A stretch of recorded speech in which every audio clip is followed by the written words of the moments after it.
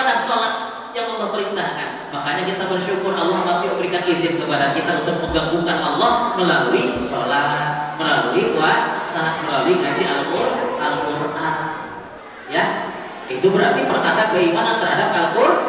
Jadi prinsipnya kita kumpul di sini juga sedang beriman dengan Al-Quran. Gitu maksudnya, karena sedang mendengarkan apa yang dijelaskan dari Al-Quran. Bismillahirrahmanirrahim.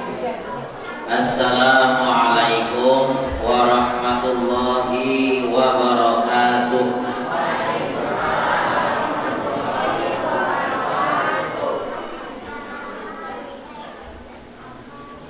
Semangat jawab salamnya nih, semangat menunggu takjil. Terus lalu lulus juga detik. Harusnya tambah semangat. Alhamdulillah, innal hamdalillah nahmaduhu wa nasta'inuhu wa nastaghfiruh wa na'udzu billahi min syururi anfusina wa min sayyiati a'malina. May yahdihillahu fala mudilla lahu wa may yudlilhu fala hadiya lahu. Asyhadu an la ilaha illallah wahdahu la syarika lahu wa asyhadu anna Muhammadan abduhu wa rasuluhu la nabiyya wa la rasula ba'dahu. Salatullah wa salamuhu ala rasulin nabiyil karim wa ala alihi wa ashabihi ajma'in wa man tabi'ahu bi ihsanin ila yaumiddin. Amma ba'du. Bapak Ibu dan adik-adik sekalian rahimakumullah, alhamdulillah segala puji milik Allah. Di kesempatan sore hari ini akan memasuki malam yang ke Jogsaha versi NU atau Muhammadiyah beda ya. Kalau versi Muhammadiyah insya Allah sudah masuk malam 10 hari terakhir, malam 21. Kalau versi NU, versi atau pemerintah ini sepakat ini masih di malam ke-20, malam 20 insya Allah. Ini hikmahnya kenapa terjadi perbedaan, supaya kita tidak pilih-pilih hari, tidak pilih-pilih malam untuk beribadah. Nanti ada malam ganjilnya bingung, cek saha heula malam ganjil teh gitunya. Nah, jadi intinya adalah kita full ibadah di sisa 10 hari terakhir. Bahasa Nabi juga disebutnya 10 hari terakhir, berarti hitungnya bukan dari depan, dari belakang hitungnya ya. Kan 10 hari terakhir, karena apa? Nanti ada yang 30 hari, ada yang 29 hari gitu ya, seperti itu. Baik, saya Ade Hanafi, saya pernah bersilaturahim beberapa waktu yang lalu ya ke masjid ini, dan tadi disebut-sebut ada cewek cecehan. Oh, dengan cewek cecehan tadi asal nguping ya, ini masa sekedar mengenalkan saja. Kalau cewek itu ini certified wakaf competence. Jadi sertifikasi yang diberikan oleh BNSP dari pemerintah sebagai nadir yang diakui untuk bisa mengelola wakaf gitu ya. Karena banyak orang yang menempatkan sebagai nadir dan melaksanakan program wakaf, tapi ternyata tidak memahami hakikat bagaimana sebuah proses yang harus dilaksanakan di dalam pengelolaan titipan atau harta benda wakaf gitu ya. Ini gak akan dijelaskan lebih lanjut, hanya mengenalkan saja. Kalau CH apa ya? Certified Hypnotist. Nah ini jadi apa namanya? Saya juga menggagas dengan dasar ilmu ini program yang namanya Hipnotahfidz Quran. Jadi bagaimana memberikan motivasi secara membangun kekuatan pikiran bawah sadarnya untuk bisa bersemangat menghafal Al-Quran. Ini salah satu dasar ilmunya adalah yaitu program pelatihan ini. Bapak Ibu sekalian, kita akan membahas tentang hakikat nuzulul Quran katanya. Kalau nuzul itu kan artinya turun ya. Quran itu berarti kitab suci sebagai wahyu Allah yang disampaikan kepada Rasulullah Sallallahu Alaihi Wasallam. Fungsinya sebagai apa? Kalau kita lihat fungsinya Quran itu bagi setiap mukmin adalah satu, jelas melandasi keimanan. Karena cara kita beriman kepada Allah bukan kata siapa, tetapi apa? Kata Al-Quran. kita harus ikhlas katanya ya. Kalau ikhlas versi kita, ikhlas itu ridho, rela katanya ya. Bahkan sok dituluykeun korban merdeka sama ngajarkeun teh begitu. Padahal yang dimaksud dengan ikhlas itu apa ibu-ibu? Nyaeta gitu ya. Apa ikhlasnya? Karena ikhlas sudah dianggap jadi bahasa kita, diserap jadi bahasa Sunda, jadi bahasa Indonesia, seakan-akan kita paham. Padahal dalam Al-Quran jelas, wa ma umiru illa liya'budullaha mukhlishina lahuddin. Tidaklah mereka itu diperintahkan melainkan untuk beribadah kepada Allah dengan mukhlisin, dengan ikhlas. Apa yang dimaksud dengan ikhlas? Murni, bersih, suci. Maksudnya apa? Maksudnya pastikan orientasi amalmu, niatan amalmu, landasan amalmu murni, bersih, suci, hanya tertuju kepada yang satu saja, tidak berharap kepada yang lain. Siapa yang satu itu? Allah. Makanya ada surat Al-Ikhlas. Apa isinya? Qul huwallahu ta'ala. Jadi bukan ridho, bukan rela. Bahkan kalau misalnya abdi mah ikhlas berarti makna hayang kanyahoan ikhlas aku batur.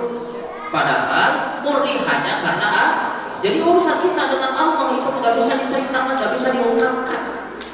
Dan itu urusan hati kita dengan Allah. Benar dia orientasinya karena Allah atau bukan, sebagai ketaatan, sebagai upaya untuk meraih ridhonya. Sebab orang yang ikhlas berarti hubungannya dengan Allah. Berarti kalau hubungan dengan Allah dia akan mengabaikan atau akan tidak terpengaruh oleh hubungan horizontal.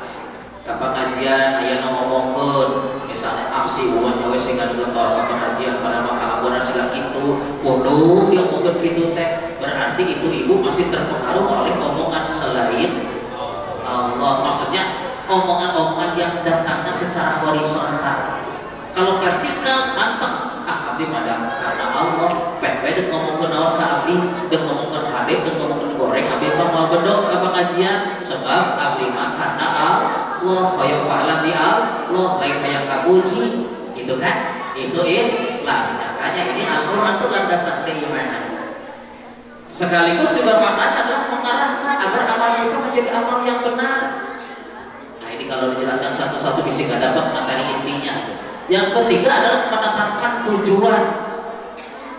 Tujuan kita adalah beribadah kepada Allah untuk meraih apa yang Allah janjikan. Tapi nggak akan kesampaian kalau tidak pakai aturan alias petunjuk gitu ya. Nah kemudian dengan melaksanakan petunjuk Al-Quran, nah, tadi saya katakan ikhlas ibu-ibu, bapak ikhlas. Apa itu ikhlas tadi? Murni karena Allah. Kalau sudah murni karena Allah, Allah ridho tidak? Ridho tidak? Belum tentu.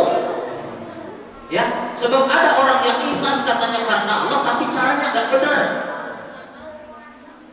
Coba bapak ibu punya pembantu di rumah, cara kerjanya sesuai dengan yang bapak ibu harapkan, rapi, telaten, cekatan, gesit, jujur. Kira-kira ibu-ibu ridho kan sama pembantu yang seperti itu? Mau mudik lebaran juga ditahan-tahan kayaknya ya. Jangan dulu pulang, masih ini bantu-bantu nih, nanti repot tahan aja lah, habis lebaran nanti diantar, malah begitu ya. Sama pembantu yang seperti itu senang, karena cara kerjanya sesuai dengan yang diinginkan majikan. Nah sekarang pembantunya pekerjaannya nggak rapi, bangun kesiangan, nggak jujur lagi. Pokoknya mah diomongan, hayo teh. Paling besok lusa dibalikin, betul kan? Karena cara kerjanya tidak sesuai dengan yang diinginkan majikan. Dia kerja kepada majikannya, tetapi bekerjanya tidak sesuai dengan yang diinginkan, gak ridho majikan. Nah, kita kerja dalam arti kita beriman untuk meraih ridho Allah. Cara kerja kita harus sesuai dengan apa yang Allah inginkan, baru Allah ridho.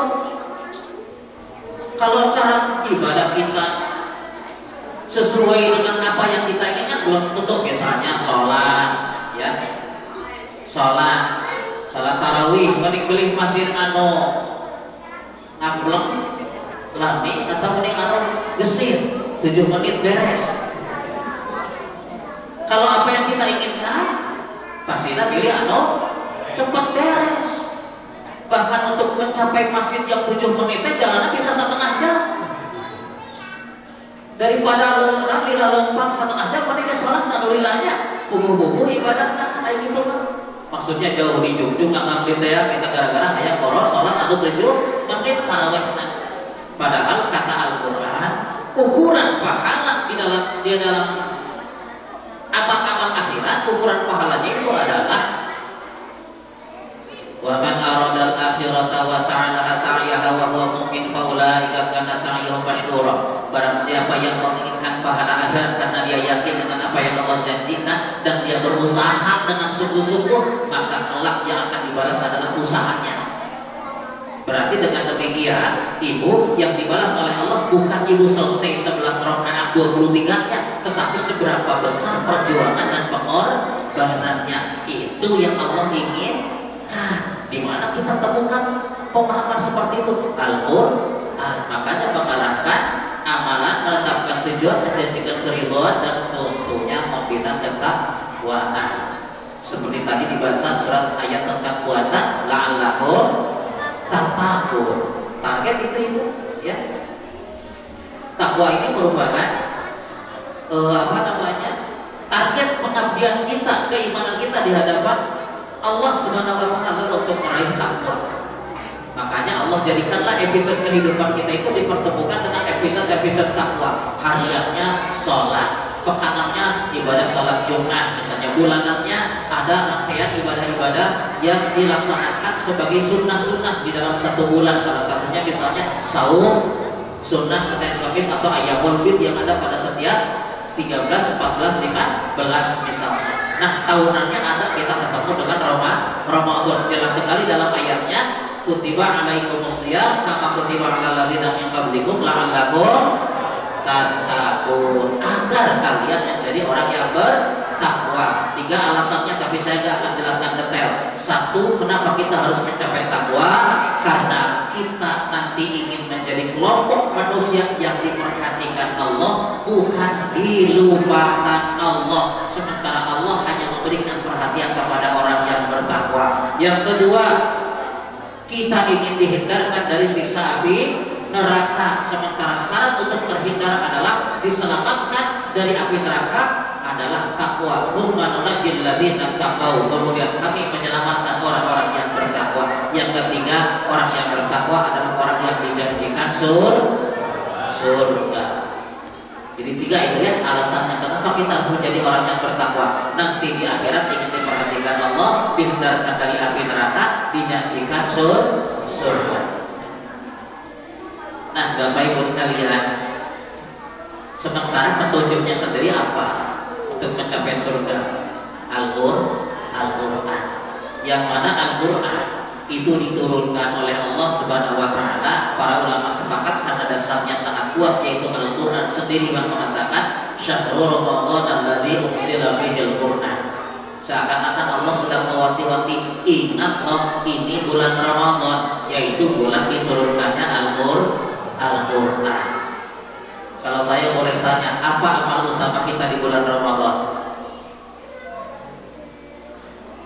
Amalan kita yang paling utama di bulan Ramadan apa? Baca Quran? Bukan. Yang wajibnya apa? Oke. Amalan kita di bulan Ramadan adalah puasa. Mengapa puasa di bulan Ramadan bukan di bulan yang lainnya? Orang banyak bilang Ramadan itu bulan suci, katanya, betul nggak? Mari kita sambut bulan suci Ramadan, katanya. Padahal bulan suci itu cuma 4. Di dalam surat At-Taubah 36 dijelaskan oleh hadis Nabi. Yang 4 itu adalah salah satu mutawaliyatun, 3 berturut-turut, yaitu Dzulqa'dah, Dzulhijjah dan Muharram. Apa bu? Dzulqa'dah 11, Dzulhijjah 12, Muharram 1. Satunya lagi adalah Rajab. 4 bulan suci yang ditetapkan Al-Quran. Ramadan ayat tuh. Itu ayat. Jadi Ramadan itu bulan biasa, Bu, bukan bulan suci. Tapi dia kemudian menjadi istimewa. Apa yang membuat istimewa? Kita lihat dulu. Pertama ya, Bapak Ibu sepakat dulu di sini. Bulan Ramadan bulan yang di dalamnya diturunkan Al-Quran sebagai petunjuk bagi manusia. Nah, kita lihat lagi misalnya ayat-ayat yang lain mengatakan Al-Quran itu diturunkan fi Lailatul Qadar, ya. Sesungguhnya kami telah menurunkan Al-Quran pada malam kemuliaan. Malam Al-Qadar itu malam yang penuh dengan kemuliaan. Dan kemudian dalam ayat yang lain disebut fi Lailatul Mubarakah, yaitu malam yang diberkahi. Dan ini dua-duanya ada di dalam bulan Ramadan.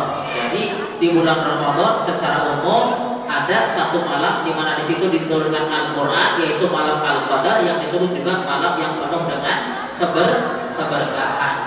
Nah, walaupun para ulama berbeda pendapat tentang waktunya kapan, tapi kita lihat saja pendapat Ibnu Abbas di sini ya, bahwa Al-Quran diturunkan melalui dua proses. Yang pertama diturunkan dari Allah, yaitu Lauhul Mahfuz ke Baitul Izzah, langit dunia secara sekaligus. Ini yang disebut diturunkannya di malam Lailatul Qadar atau di dalam malam Mubarakah atau di dalam bulan Ramadan. Kemudian setelah itu permulaannya diturunkan kepada Rasulullah juga di awal atau di bulan Ramadan katanya. Dari Baitul Izzah yaitu langit dunia diturunkan kepada Rasulullah secara bertahap selama kurun waktu 22 tahun. Ini satu sajalah untuk menjembatani cara memahami nuzulul Quran. Nah, sekarang kita lihat ibu-ibu, lalu kenapa kita memperingatinya di Indonesia ini malam 17 Ramadan? Dari mana nih tanggal ini tiba-tiba muncul? Yang menjadi landasan adalah surat Al-Anfal ayat 41.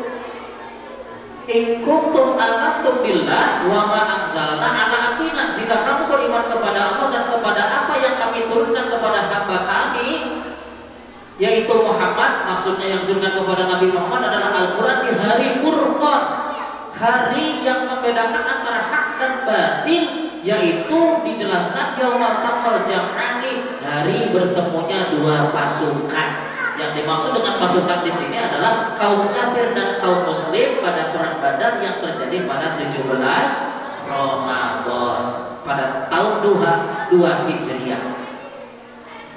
Nah, ini ceritanya kenapa tiba-tiba muncul angka 17, sementara di antara para ulama ada yang menyebut 18, 19 dan terus sampai ada yang menyebut di 10 hari terakhir. Kemudian ada yang di malam 27, malam banyak macam-macam pendapatnya gitu ya. Karena apa? Karena memang nuzulul Quran peristiwa ghaib, bukan peristiwa nyata, ghaib, gitu ya. Oke. Nah, Bapak Ibu sekalian, kita lihat dulu nih. Tadi saya pertanyaannya adalah kenapa Ramadan kita menjadi istimewa? Kita lihat dulu di sini ya. Ada perintah, wahai orang-orang yang beriman, diwajibkan atas kalian berpuasa sebagaimana diwajibkan kepada orang sebelum kalian agar kalian menjadi orang-orang yang bertakwa. Coba perhatikan dalam ayat surat Al-Baqarah 183 dijelaskan nggak kapan puasanya dan berapa lama puasanya? Dijelaskan tidak? Tidak. Tapi ayat ini direspon oleh orang-orang yang beriman, karena Allah hanya menyuruh orang yang beriman, orang yang percaya bahwa perintah Allah mengandung kebaikan, orang yang yakin bahwa di balik perintah Allah itu ada janji kebaikan, bahkan kebaikannya jauh melebihi apa yang bisa kita bayangkan. Saya kasih contoh misalnya ibu-ibu ya, sebuah cerita. Ini pasti bapak-bapak yang senangnya gitu ya. Ada sahabat namanya Abu Dujana. Ini sahabat kekurangan, bahkan kelewat miskin, anak-anaknya banyak. Tiap selesai sholat subuh, assalamualaikum, assalamualaikum, dia segera berdiri langsung cabut pulang. Gak zikir dulu, gak baca doa dulu ibaratnya. Terus selesai, assalamualaikum. Rasulullah yang beriman, Rasulullah yang mengimami, maksudnya bangun segera pulang, bangun segera pulang. Akhirnya oleh Rasul ditegur, apakah kamu tidak punya keperluan kepada Allah? Barang sekedar duduk bersama kami sedang berzikir dan berdoa. Lalu apa jawabannya? Bukan begitu ya Rasulullah. Sungguh kalau dibilang keperluan kepada Allah, akulah yang paling banyak di antara semua ini. Tapi kenapa aku tergesa-gesa untuk pulang? Karena aku khawatir anakku keburu bangun. Emang masalahnya apa kalau anaknya keburu bangun? Kami kekurangan, kami biasa kelaparan. Kalau anak bangun dalam keadaan lapar, terus dia keluar nanti menemukan makanan.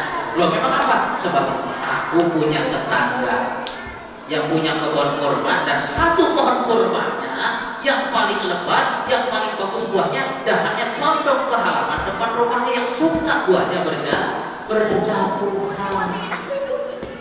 Jadi saya buru-buru pulang untuk kumpulkan itu buah kurma untuk segera dikembalikan ke pemiliknya. Jangan sampai si anak dalam keadaan lapar, ayah buah kurma diambil kemudian dimakan. Pernah itu terjadi sampai ia korek mulutnya dan mengatakan, wahai anakku, jangan kau permalukan ayahmu nanti di hadapan Allah. Ini bukan hak kita. Walaupun miskin, kekurangan dan kelaparan, tapi komitmennya tinggi. Apa yang bukan haknya tidak dimakan. Ya. Nah, kemudian akhirnya Rasulullah mendengar cerita ini, beliau terharu, sedih beliau. Lalu berinisiatif. Apa inisiatifnya? Beliau datangi itu si pemilik pohon kurma. Kemudian nego. Oh enggak, pohon kurma mau dijual, aku yang beli katanya. Bingung dia. Kenapa? Dipikir-pikir dibanding pohon yang lain, yang di belakang ini, yang di depan ini yang paling banyak buahnya dan bagus-bagus lagi, cepat berbuah. Dia pikir-pikir, bolehlah asal pembayarannya layak. Oke, kata Nabi, apa katanya? Pohon kurmamu akan dibeli dengan satu pohon kurma yang nanti tumbuh di surga dan akarnya adalah intan berlian dan buah-buahnya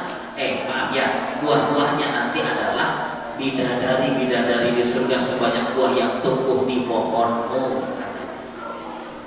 Kira-kira biasa seberapa kilo atas pohonnya? Menaitil baru lebih dari naitil kita, rumah urus saja. Bapak Ibu sekalian, apa jawaban orang tersebut? Ini orang munafik rupanya. Bagi dia urusan akhirat itu adalah masa bodohlah. Yang penting apa yang saya bisa nikmati sekarang dan memuaskan saya. Makanya dia bilang gadget. Apa bu? Apa gadget? Gak jelas. Tawaran Rasul dibilang gak jelas. Apa itu pohon kurma? Akarnya intan berlian, terkabayang. Buahnya bidadari-bidadari, dilecehkan. Ditolak itu tawaran Rasul. Ini karena tidak menggunakan keimanan. Kalau keimanan itu tidak diukur dengan kacamata dunia, tapi keimanan itu yakin dengan apa yang dan jika Allah. Sementara ini Rasul yang berkata, kira-kira bakal dusta nggak Rasul? Ya enggak lah, tadi disebut katanya ya. Apa namanya? Siddiq. Siapa tadi yang bilang Siddiq? Apa Siddiq artinya? Yang terbaik, yang jujur ya, yang benar. Lawannya apa ya tadi? Ibu-ibu, ada kata tadi Siddiq. Lawannya apa? Ya. Nih. Akhirnya bubar. Rasulullah tidak jadi membelinya ya, tidak. Di antara sahabat ribut. Ada ya, jalan masih gak gitu ternyata.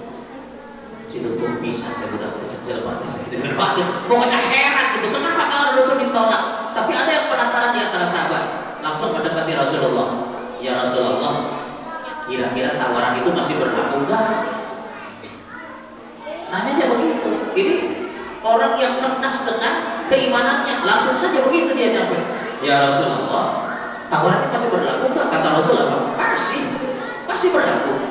Baiklah kalau begitu aku akan bernegosiasi dengannya. Maka dia pun datangi tuh si orang munafik tadi dan kemudian bertanya, kamu pengen dibayar dengan apa? Apa ya? Lah lama diganti dengan pohon kurma lagi, saka bonor lah aku. Saka bonor minimal berapa? 40 batang pohon kurma. Tapi gak pikir panjang. Baik, aku punya kebunnya. Tuh di sana menjadi milik kamu. Deal ya? Deal akhirnya. Oh atau senang dia dapat pembayaran besar si orang munafik itu ya. Tapi ini sahabat kan berpikir cerdas. Apa yang terjadi kira-kira kalau seandainya ya bayarkan 40 pohon kurma, nanti akan tumbuh 40 pohon kurma di surga, akarnya intan dan berlian, buah-buahnya bidadari sebanyak buah dari pohon kurma yang tumbuh dikali 40. Begini namanya. Maka itulah yang dimaksud dalam surah Yasin. Inna ashabal jannatil yawma fi syughulin fakihun. Terus apa, Bu? Hum wa azwajuhum fi dhilalin 'alal araiki muttaqiun. Harapannya ibunya. Tapi ibu gak cemburu atau kalau baca ayat itu? Ibu gak cemburu? Jauh-jauh dan sana bari jeung apa dengar gitu. Ya, sesungguhnya para penghuni surga itu fi syughulin fakihun. Mereka berada dalam kesibukan yang luar biasa sambil menikmati apa yang ada di dalam surga. Hum wa azwajuhum fi dhilalin. Mereka dengan pasangan-pasangannya fi dhilalin 'alal araiki Mas mau dijelaskan si barata. Lanjut. Ya. Nah, tawar Rasul ditolak. Tapi ini sahabat cerdas keimanannya. Dia korbankan dunianya 40 tahun gak seberapa dibandingkan dengan apa yang Rasulullah janjikan. Tapi dasar munafik culasnya dia atau pembayarannya 40, tapi dia bilang ke istrinya, kan pohon kurmanya masih di depan rumah kita. Jadi masih banyak buah-buah yang berjatuhan ke halaman rumah kita. Artinya kita masih bisa menikmati dong buah dari pohon kurma tersebut. Jelasnya begitu. Tidur semalaman pas bangun, apa yang terjadi? Itu pohon kurma sudah pindah ke rumah sebelah, ke rumahnya Abu Dujanah di halaman depan rumahnya. Ini makanya dalam riwayat disebut kisah pohon kurma yang berpindah tempat. Gitu ya. Nah, jadi maksud saya sampaikan di sini adalah orang yang beriman itu sangat yakin bahwa apa yang Allah janjikan melalui lisan Rasulnya itu adalah janji yang sangat luar biasa, tidak pernah bisa diukur dengan kacamata dunia. Apapun yang diperoleh misalnya ya, kemegahan kemewahan itu tidak akan pernah menyaingi dan menandingi apa yang dijanjikan oleh Allah dan Rasulnya. Nah, makanya orang yang beriman yakin walaupun ibadah saum ini meletihkan, melelahkan, menyengsarakan dari mulai pagi sampai maghrib misalnya harus menahan lapar dan dahaga, tetapi yakin di sini ada kebaikan yang sangat banyak, yang sangat besar, bahkan dijanjikan kepada orang yang puasa 2 kebahagiaan katanya ya. Pertama ketika berbuka. Apa bahagianya ketika berbuka ibu-ibu? Hah? Apa kira-kira? Tergantung ini cara berpikirnya bagaimana. Oh, sana bisa makan minum lagi, pas lagi makan minum jadi nikmat ya, alhamdulillah bahagianya dengan syukur tentunya ya. Dan yang paling penting adalah bahagianya adalah bersyukur kepada Allah bahwa Allah berikan kekuatan dari mulai dari subuh kita niat berpuasa misalnya sampai maghribnya oleh Allah diantarkan kita bisa menuntaskan kewajiban yang Allah perintahkan ini. Itu sebenarnya yang membuat bahagia. Ya Allah, alhamdulillah, kalau bukan karena kekuatan yang Kau berikan, keimanan yang Kau tanamkan, maka saya mungkin tidak bisa merasakan nikmatnya berpuasa. Karena banyak tadi saya di lampu merah gitunya ngarumpul anu ngaramen selawatan ya nama ngalawen kan ya beres eta hejo kasarisi langsung rokok jeung Coca-Cola batur macan waktu na geus mieulaan beres di kayak harta di selawatan deui gitu. Artinya Allah tidak mengizinkan mereka untuk mengagungkan zatnya dengan ibadah syariat yang diperintahkan. Allah tidak mengizinkan kalau seandainya mereka tidak sholat, Allah tidak mengizinkan mereka untuk mengagungkan namanya melalui ibadah sholat yang Allah perintahkan. Makanya kita bersyukur Allah masih memberikan izin kepada kita untuk menggabungkan Allah melalui sholat, melalui puasa, melalui ngaji Al-Quran. Nah, kalau puasa sekiranya mengandung kebaikan Bapak Ibu sekalian yang tidak terhingga, maka boleh jadi orang yang beriman akan berpikir saya akan berpuasa selamanya. Ini bukti keimanan. Tapi rupanya Allah tahu kamu tidak akan sanggup, maka puasa dibatasi. Apa itu? Ayyaman ma'dudah, pada hari-hari yang Tuhan saja kamu puasa katanya. Dan hari-hari yang ditentukan itu terkumpul dalam satu bulan yang disebut dalam ayat 185, ini 184, ini 183, 184, 185. Artinya asumsi kita untuk berpuasa selamanya oleh Allah dibatasi cukup di hari-hari yang sudah ditentukan saja ya. Tapi hari yang ditentukan itu kapan? Gak akan ketemu jawabannya kalau kita gak baca 185. Syahrul Ramadan, kata Allah, hari yang ditentukan kamu wajib puasa adalah di bulan Ramadan. Kenapa Allah pilih Ramadan? Karena Allah unzila bihil Quran. Karena pada bulan ini Allah turunkan Al-Quran. Udah paham di sini alasannya ibu-ibu kenapa kita puasa memilih bulan Ramadan bukan di 4 bulan suci tadi. Jadi puasa kita sebenarnya dalam rangka mengagungkan Al-Quran. Dan Bapak Ibu sekalian, suksesnya kita berpuasa bukan kemampuan kita menahan lapar dan dahaga sebulan penuh, tetapi ini adalah untuk mengingatkan betapa agungnya Al-Quran sampai kita dituntut untuk berpuasa sebagai pertanda mengapresiasi, mengagungkan Al-Quran. Diingatkan, kamu sudah berjuang menahan lapar dan dahaga, lalu mana hasilnya kalau ternyata puasa yang kamu jalani tidak membangun kesadaran untuk selalu kembali kepada Al-Quran, tidak membangun kesadaran untuk mencintai Al-Quran, tidak membangun kesadaran untuk selalu berinteraksi dengan Al-Quran. Gagal puasa kita. Makanya masuk pertengahan ada nuzul Quran, seakan-akan Allah rem dulu nih. Orang yang sudah mulai manteng biasa puasanya merasa sudah gagah lagi. Dulu awal-awal kan lepas bawaannya. Pas udah sepekan, 2 pekan mulai gagah, ya, mulai bisa bergerak leluasa karena sudah terbiasa. Tapi salah kaprah, ya. Tenaganya yang pulih ketika dia puasa bukan dimanfaatkan untuk memperbanyak ibadah, tapi banyak melakukan acara-acara di luar masjid, ngabuburit, jalan-jalan, buka bersama dan sebagainya.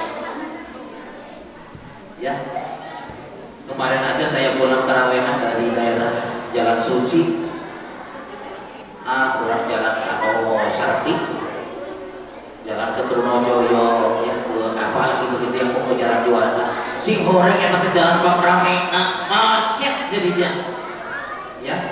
Eta biasanya trek yang saya pulang kalau dari kantor itu jalan sepi itu, tapi justru jadi pasar malam, ya. Oke. Nah jadi sekali lagi bahwa datangnya Ramadan adalah dalam rangka mengapresiasi bulan ini sebagai bulan turunnya Al-Quran. Bahkan kalau kita lihat ya, secara tersirat kata Syahrul Ramadan menjelaskan tentang waktu puasa. Ingat, tersirat. Secara tersurat alladzi unzila bihil Quran, yaitu bulan diturunkannya Al-Quran. Saya tanya nih, informasi mana yang lebih penting, yang tersurat atau yang tersirat? Yang tersurat jelas dibaca, kelihatan tulisannya. Yang tersirat hanya ada dalam pemahaman saja. Tapi kadang-kadang yang tersurat ini seringkali terabaikan, terlupakan. Padahal ayatnya jelas, Syahrul Ramadan alladzi unzila bihil Quran. Gitu. Nah oleh karena itu Bapak Ibu sekalian, ya, langsung saja nih, ya, bisa keburu taraweh, Muhammad dilewat. Ya. Saya juga nanti agak buru-buru selesai sholat maghrib, mungkinnya segera karena ada jadwal tarawehnya di Pasadena Caringin. Gitu. Jadi mohon maaf kalau misalnya. Alhamdulillah mudah-mudahan tidak hujan, tapi Allah takdirkan cuacanya adem. Ya tadi siang memang panas, tapi saya sore-sore, waduh, kumaha ya kira-kira keracamannya kalau treknya hujan besar. Biasanya juga ada titik-titik banjirnya. Dari mulai Cibaduyut gitu kan biasa. Tapi udah Bismillah ya alhamdulillah dibikin adem malah. Jadi tak warasudon Allah dalam mendung gitunya. Kalau mendung terang lebih hujan Allah karena kayak beberes kamar kita banjir segala bakal banjir dari suudon bawah padahal justru Allah bikin cuaca jadi adem untuk kenyamanan orang-orang yang berpuasa begitu ya. Baik. Nah oleh karena itu kalau kesadaran kita sudah tumbuh dengan datangnya atau turunnya Al-Quran, berarti yang dimaksud adalah manfaatkan Ramadan, mau berapa hari pun tinggal sisanya nanti untuk ibu-ibu kembali lagi kepada Al-Quran. Ini mah model Bapak Ibu sekalian.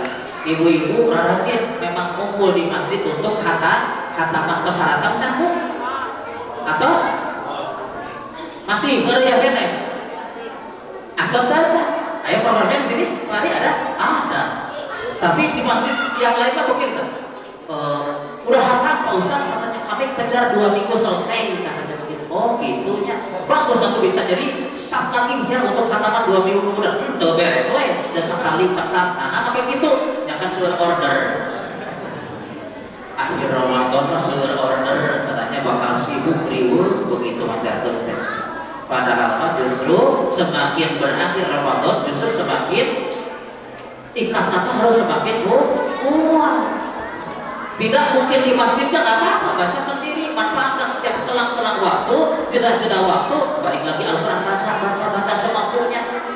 Begitulah cara kita mengagungkan Al-Quran. Makanya ya ada 5 tanggung jawab seorang muslim terhadap Al-Quran. Saya sebut nanti 5 tanggung jawab ini 5 T.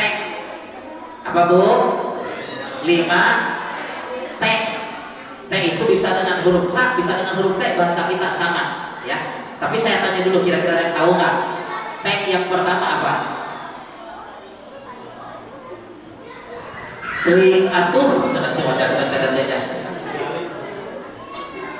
Anu karuan naon? Teu nyaho. Gitu ya. Anu katilu boleh tak? Terang.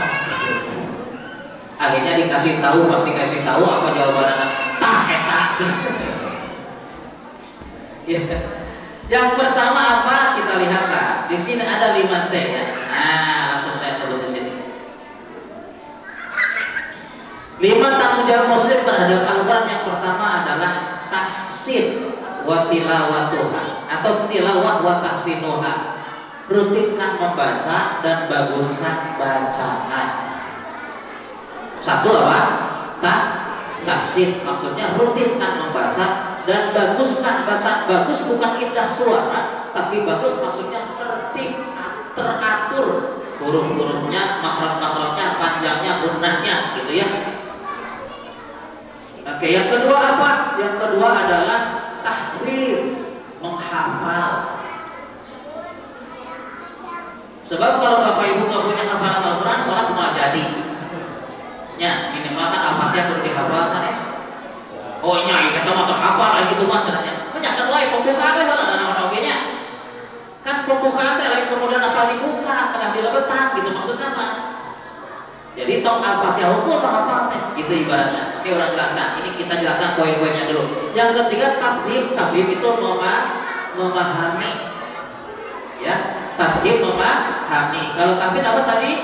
Menghafal. Kalau ini membaguskan bacaan. Tabdib memahami. Di dalam tabdib nanti ada tafsir, tarjamah, tafsir, tadabur gitu levelnya. Tarjamah, tafsir, tadabur. Langkah daruratnya tarjamah. Kemudian nanti lihat tafsirnya, kemudian baru ditadaburi, dihayati begitu ya. Kemudian tatbik itu adalah realisasi, mengamalkan. Karena bagaimana mungkin bisa mengamalkan kalau nggak ada pemahaman. Tetapi sesuatu kita paksakan untuk bisa memahami agar diamalkan. Ini juga bagian dari memahami, ya. Tanggung jawab terhadap Al-Quran sebagaimana diperintahkan itu masih tak iya gitu kan.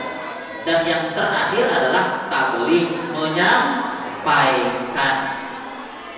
Jadi informasi petunjuk Allah yang sudah kita pahami bukan untuk kesolehan pribadi, tetapi untuk diajarkan dan untuk mengingatkan kepada yang lain, minimal orang-orang yang kita sayangi, yang suami terhadap istri, yang istri terhadap suami, suami istri, ayah orang apa, ayah ibu kepada anak-anaknya, gitu kan? Ya, oke. Nah, kita lihat dasar-dasarnya. Karena kesimpulan ini tidak semata-mata diambil, melainkan ini juga hasil dari Al-Quran. Kita lihat. Kalau kita memang jujur orang yang beriman di dalam rukun iman kita ya, ada iman kepada kita, orang yang beriman terhadap Al-Quran. Nah ini pertanyaannya, sudahkah Anda beriman dengan Al-Quran? Mungkin jawaban spontan kita sudah, karena kita ingin diakui sebagai orang yang beriman. Tetapi Bapak Ibu sekalian, beriman tidak itu bukan dijawab oleh kita, tapi beriman tidak itu dijawab oleh Al-Quran itu sendiri. Kita lihat orang-orang yang telah kami beri kitab kepada umat Nabi Muhammad, maksudnya adalah Al-Quran. Mereka membaca sebagaimana mestinya, ini bahasa terjemah. Tapi yang dimaksud adalah mereka membaca dengan sebenar-benar bacaan, maksudnya benar bacaannya sesuai dengan yang dicontohkan oleh pengajar yang utamanya, yaitu Rasulullah, gitu ya. Berarti bacaannya benar. Nah, ini membaca dengan benar. Ulaika yu'minuna bih, merekalah orang-orang yang beriman kepadanya. Oh, jadi orang yang beriman terhadap Al-Quran bukan aku-akuan, tetapi Al-Quran sendiri memberikan panduan. Ciri orang yang beriman terhadap Al-Quran itu adalah yatlunahu. Apa itu yatlunahu? Kata kerja dalam bentuk waktu sekarang mengisyaratkan rutinitas. Artinya dia selalu berinteraksi dengan Al-Quran secara rutin. Dimulai dari membacanya, dan membacanya juga harus benar. Ini tanggung jawab yang pertama tadi, gitu ya. Tetapi kata tilawah itu berasal dari kata tala yatlu, tilawatan. Ada dalam surat Asy-Syams, wasyamsi wa duhaha wal qamari idza talaha. Apa artinya? Demi matahari dan cahayanya di pagi hari, dan demi bulan yang cahaya bulan itu mengikuti cahaya matahari. Talaha, mengikuti cahaya matahari, karena dia sebagai pantulan. Jadi tilawah itu secara bahasa artinya mengikuti. Kenapa jadi membaca? Maksudnya membaca itu dengan cara mengikuti contoh. Siapa yang paling pertama mencontohkan? Rasulullah. Artinya membacanya harus benar. Para ulama mengembangkan makna. Membaca Al-Quran dengan cara mengikuti, maksudnya ikuti apa yang dibaca dengan amalan. Tapi pengamalan tidak akan kesampaian kalau tidak dipahami. Jadi orang yang hafal tilawati itu adalah ini maknanya. Makna tilawah: satu, membaca dengan benar; dua, memahami dengan baik; tiga, mengamalkan dalam kehidupan. Kalau ini yang menjadi agenda kita terkait dengan Al-Quran, rutin dibaca, benar bacaan, selalu dipahami. Salah satu alternatif cara memahami Al-Quran adalah selalu datang ke pengajian. Jadi memahami itu bukan Al-Quran dibaca terjemahnya, dibaca tafsirnya, bukan itu saja. Memahami itu maksudnya dengan rajinnya kita datang ke majelis-majelis ilmu, karena kan di situ dijelaskan Al-Quran. Ya, itu berarti pertanda keimanan terhadap Al-Quran. Jadi prinsipnya kita kumpul di sini juga sedang beriman dengan Al-Quran, gitu maksudnya, karena sedang mendengarkan apa yang dijelaskan dari Al-Quran, gitu.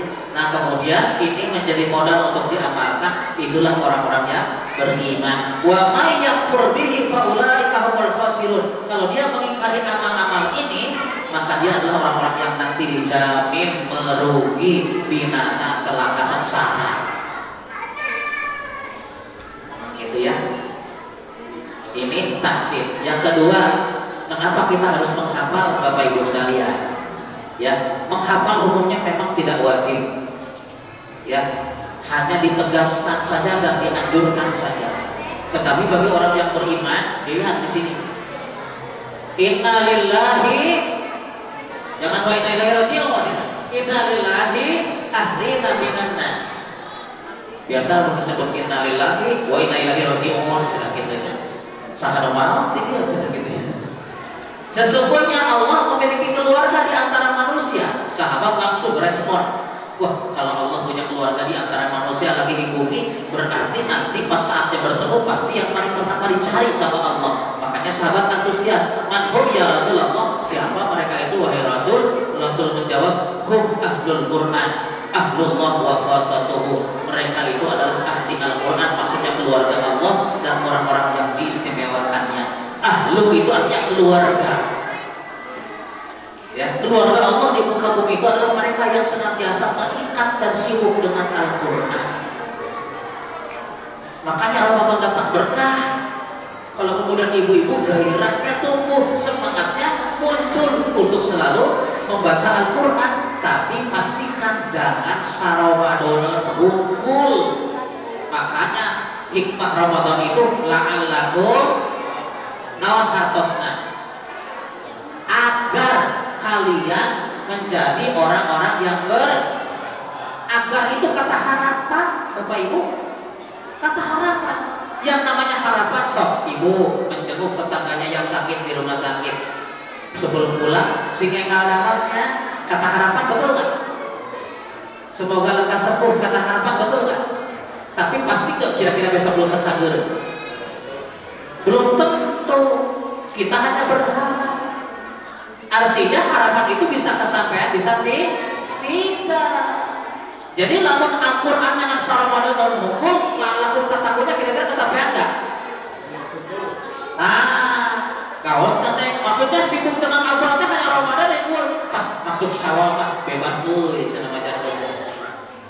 ya. Ini berarti takwanya nggak kesampaian. Padahal kunci kita berinteraksi dengan Al-Quran sebulan penuh selama Ramadan agar mampu membangun kebiasaan, gitu ya. Oke. Bahkan ya, Bapak Ibu sekalian, kita lihat lagi nih. Yuqalu li sahibil Quran. Ini kedudukan mulianya orang-orang yang hafal Al-Quran. Makanya Bapak Ibu, selama untuk mendidik anak agar dia hafal Al-Quran, paksakan. Ya, sekolahkan di tempat-tempat orang menghafal Al-Quran, atau mungkin di masjid ini juga ada programnya yang ikutin. Ya. Kenapa? Dikatakan kepada orang yang menghafalkan Al-Quran, nanti bacalah dan naikilah serta tartilkanlah sebagaimana kau di dunia mentartilkannya, karena kedudukanmu adalah pada akhir ayat yang kau baca. Jadi maksudnya bahwa kedudukan mulianya seseorang di hadapan Allah nanti akan sesuai dengan akhir bacaannya ketika ia baca di dunia, dan tentu pada saat di akhirat tidak akan dibawa Qurannya, mengandalkan apa yang dihafalkannya. Oleh karena itu Aisyah radhiyallahu anha berkata, jumlah tingkatan surga sebanyak bilangan ayat Al-Quran. Sesungguhnya jumlah tingkatan surga sebanyak bilangan ayat-ayat Al-Quran. Maka barang siapa yang masuk surga dari kalangan hufaz, para penghafal Al-Quran, niscaya tidak ada yang menandinginya di dalam surga. Ibu hoyong hafal itu Quran? Hoyong itu? Sebenarnya hoyong itu di usia 15 tahun yang lalunya, ayah atas 75 atau lumayan sangat perhatikan yang wae. Sekadar belinya bukan hanya ada orang rekseker sakit dirinya ibu-ibunya. Sudahkah memahami Al-Quran dengan baik? Ini pemahaman, ya. Kita lihat dulu artinya. Dan kami pasti akan menguji kamu dengan sedikit ketakutan, kelaparan, kekurangan harta, jiwa, dan buah-buahan. Bapak Ibu, hidup kita pasti diuji oleh Allah. Setuju nggak? Oke. Hidup kita pasti diuji oleh Allah. Tapi lihat Allah bahasanya, bisyai'in. Semua ujian itu temanya ini. Ketakutan, kelaparan, kecemasan, ketakutan, kekhawatiran. Di sini ya, kelaparan, kekurangan harta, hilangnya kesejahteraan, ya. Nah, tapi dalam bahasa Allah disebutnya bisyai'in. Bisyai'in secara bahasa B-nya artinya dengan, syai'in sesuatu. Dengan sesuatu. Sesuatu itu untuk menggambarkan kecil atau besar. Bukan masa sesuatu katanya. Menggambarkan kecil atau besar. Dalam bahasa orang masih itu besarnya. Tapi dalam Al-Quran ternyata mengabarkan sedikit. Artinya ujian apapun yang Allah timpakan dalam kehidupan kita, dalam kamus Allah disebutnya kecil, sedikit. Separah-parahnya orang menderita dalam kehidupan di dunia itu ujian dari Allah, dan dalam kamus Allah masih dibilang sedikit. Tentu kita renungkan sedikit dibandingkan apa? Ini dia bandingannya. Kalau sedikit kan lawannya apa? Banyak. Yang banyaknya apa? Kata Allah, sedikit. Itu semua dibandingkan satu dengan pahala yang Allah janjikan. Ya. Dengan kesabaran, ketangguhan di dalam menghadapinya dengan tetap bertawakal kepada Allah. Allah janjikan innama yuwaffas sabiruna ajrahum bighairi hisab. Sesungguhnya hanya orang-orang yang sabarlah yang pahalanya disempurnakan tanpa batas. Tuh. Jadi kalau gitu lo gak ada apa-apanya. Sekeras apapun ujian di dunia ini, makanya bersabarlah. Tanggung kugerutu deui kugerutu ngadeumel deui.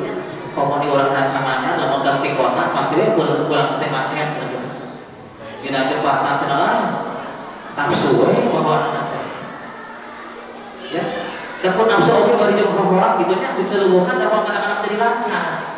Wah, saya tarimakeun eta maksa sabar tawakal anggur perbanyak istighfar aman sudah. Ini dia yang didapat tuh pahala tak terhingga. Dua, sedikit dibandingkan siksa. Kalau gagal menghadapi ujian dengan kesabaran, siksa kan jauh lebih mengerikan. Makanya kata para ulama, orang yang tidak sabar ketika menghadapi ujian, dia dapat dua musibah. Satu musibah dunia, dua musibah akhirat. Karena terjadi pahala, malah yang ada jadi siksa. Naudzubillah. Yang ketiga, sedikit dibanding potensi manusia yang sudah Allah berikan, ya kekuatannya, sifat-sifat kesabarannya, bahkan kemudian dipandu dengan Al-Quran bagaimana cara kerjanya. Tinggal di situ meredam nafsu. Datanglah Ramadan melatih diri kita untuk bisa meredam dan mengendalikan hawa nafsu. Makanya puasa disebut junnah. Apa itu junnah? Perisai, pelindung dari setiap potensi-potensi kita yang cenderung bisa liar. Ya, karena bisikan-bisikan setan kan. Saya waktu pas berhenti di lampu merah, udah jog-jog kia berhenti datang di tukang, perasaan motor saya mah mati, teu aya gigian, nah aya teh ngangkok siga oh dilasotkeun gigi satu gitu sih. Ngalieu ka tukang teh. Aya nafsu kan? Keur puasa.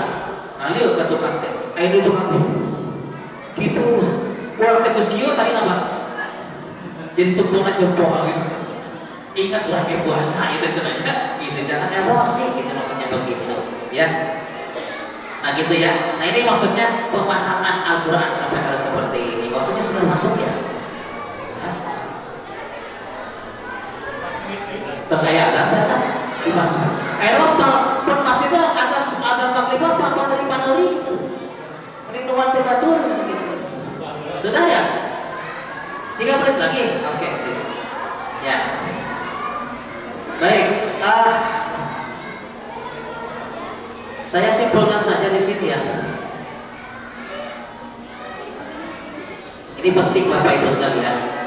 Pada akhirnya bagi orang-orang yang menyadari tentang keutamaan atau keagungan Al-Quran, ayat Al-Quran sudah jelas, hadis-hadis Nabi sudah jelas, gitu ya. Nah, ini saja yang diperhatikan perkataan sahabat.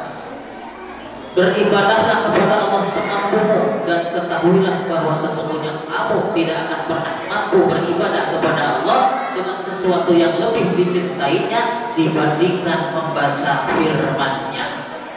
Jadi ibadah yang paling dicintai Allah adalah membaca Al-Quran. Berikutnya, man ahabba ayya'lama annahu yuhibbullaha wa rasulahu. Barang siapa yang ingin tahu bahwa dirinya cinta kepada Allah dan Rasulnya, maka perhatikan orang tersebut. Jika cinta Al-Quran, maka jujur dia cinta Allah dan Rasulnya. Nah jadi Bapak Ibu sekalian, ya, yang sudah merasa sudah hatam, tong kajong-jona, segera kembali buka Al-Quran dan perketat waktunya untuk selalu ayat waktu lagi, buka lagi, baca lagi Al-Quran sampai berdoa kepada Allah agar hati diberikan kehalusan dan kelembutan untuk bisa senantiasa apa ibaratnya ya, tersentuh dengan Al-Quran. Saya kira mungkin itu yang bisa disampaikan, kurang lebihnya mohon maaf. Karena kita akan segera memasuki waktu berbuka, kita sama-sama jadikan waktu berbuka untuk memohon kepada Allah, berdoa, karena ini adalah waktu yang paling mustajab insyaallah. Habdan yuwafi ni'amahu wa yukafi masilah ya rabbana lakal hamdu wa lakal syukru kama yanbaghi li jalali wajhikal karimi wa 'azimi sultanik. Allahumma shalli ala Muhammad wa sallim wa radhiyallahu ta'ala kulli sahabati Rasulillah ajma'in walhamdulillahi rabbil alamin. Rabbana zalamna anfusana wa illam taghfir lana wa tarhamna lanakunanna minal khasirin. Rabbana la tuzigh qulubana ba'da idh hadaitana wa hab lana min ladunka rahmah Rabbana hab lana min azwajina wa dhurriyyatina qurrata a'yun waj'alna lil muttaqina imama. Allahumma inna nas'aluka al-huda wa tuqa wal afafa wal ghina. Allahumma inna nas'aluka ridhaka wal jannah wa na'udzu bika min sakhatika wan nar. Allahumma laka sukna wa bika amanna wa ala rizqika aftarna bi rahmatika ya arhamar rahimin. Dhahaba dhama wa tallatil murub wa thabatal ajru insyaallah. Rabbana atina fid dunya hasanatan wa fil akhirati hasanatan wa qina adzabannar. Subhana rabbika rabbil izzati amma yasifun wa salamun alal mursalin walhamdulillahi rabbil alamin. Aqulu qawli hadza astaghfirullah wa lakum. Wassalamu alaikum warahmatullahi wabarakatuh.